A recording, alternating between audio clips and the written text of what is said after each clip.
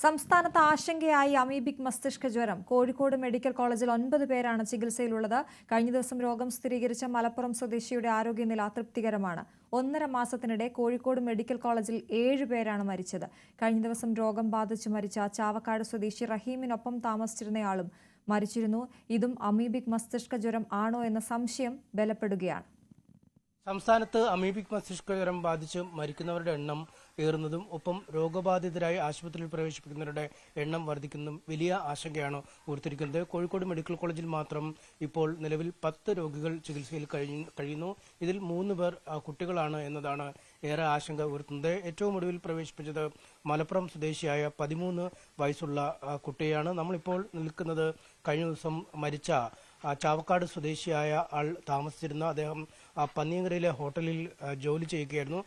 റഹീം എന്നയാളാണ്. അദ്ദേഹം താമസിച്ചിരുന്ന പന്നിയങ്കരയിൽ തന്നെയുള്ള അദ്ദേഹത്തിന്റെ താമസ സ്ഥലത്താണ്. അവിടുത്തെ കിണർ വെള്ളത്തിൽ നിന്നാണോ അല്ലെങ്കിൽ കോർപ്പറേഷന്റെ വെള്ളത്തിൽ നിന്നാണോ ഈ രോഗം വന്നത് എന്നതിനെക്കുറിച്ച് ഇപ്പോഴും കൃത്യമായൊരു ധാരണയില്ല. അദ്ദേഹം ജോലി ചെയ്തിരുന്ന പന്നിയങ്കരയിലെ ഹോട്ടൽ അറ്റകുറ്റപ്പണികൾക്കായി ഏതാണ്ട് 1 മാസം മുമ്പ് അടച്ചിട്ടിരുന്ന ഒരു സാഹചര്യമുണ്ട്. അതുകൊണ്ട് ഹോട്ടലിൽ നിന്ന് അല്ല എന്ന രീതിയിലുള്ള വിലയിരുത്തലുകൾ വരുന്നു.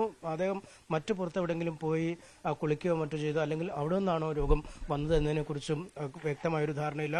എന്തായാലും ഈ വീട്ടിലാണ് അദ്ദേഹം അവശനിലയിൽ കിടക്കുകയും ആശുപത്രിയിൽ കൊണ്ടുപോവുകയും പിന്നീട് അദ്ദേഹത്തിന് മരണം സംഭവിക്കുകയുമായിരുന്നു. ഇതിനിടയിലാണ് അമീബിക് മസ്തിഷ്ക ജ്വരത്തിന്റെ പരിശോധനകൾ നടത്തുകയും സ്ഥിരീകരിക്കുകയും ചെയ്ത് അദ്ദേഹത്തെ ആശുപത്രിയിലേക്ക് കൊണ്ടുപോയ അയൽവാസികളടക്കം ഇവിടെ ഉണ്ട്. എന്തായിരുന്നു അന്ന് സംഭവിച്ചത്? അന്ന് അയാൾ ബോധം കെട്ട് കിടന്നപ്പോൾ ഇവിടെ അടുത്തുള്ള 2 പേര് കൊണ്ടുപോയി. അത് കഴിഞ്ഞിട്ടാണ് ഞാൻ ഇവിടെ എത്തിയത്.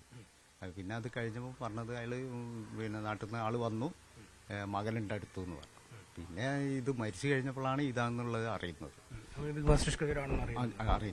ടെസ്റ്റിങ്ങിൽ അറിഞ്ഞത്. അതിപ്പോ എവിടെ നിന്നാണെന്ന് വന്നതിനെ കുറിച്ചൊരു ധാരണയും. അത് ഇവരിപ്പോ ഹോട്ടലിൽ അടച്ചത് 4-ാം തീയതി. 4-ാം തീയതി അടച്ചതിന് ശേഷം ഇവർ പുറത്തൊക്കെ പോയിട്ടുണ്ട്. പുറത്തു പോയി ഭക്ഷണം കഴിക്കലും പിന്നെ ഉപയോഗമൊക്കെ പുറത്താണ് അധികം. ഈ നാട്ടിൽ പോയിരുന്നോ എന്നുള്ളതും അറിയാൻ പറ്റില്ല. കാരണം അയാൾ പോകണമെന്ന് പറഞ്ഞിരുന്നു. കാരണം ഞങ്ങളെ സനീഷ് കുമാറിന്റെ റിപ്പോർട്ടാണ് കണ്ടത്.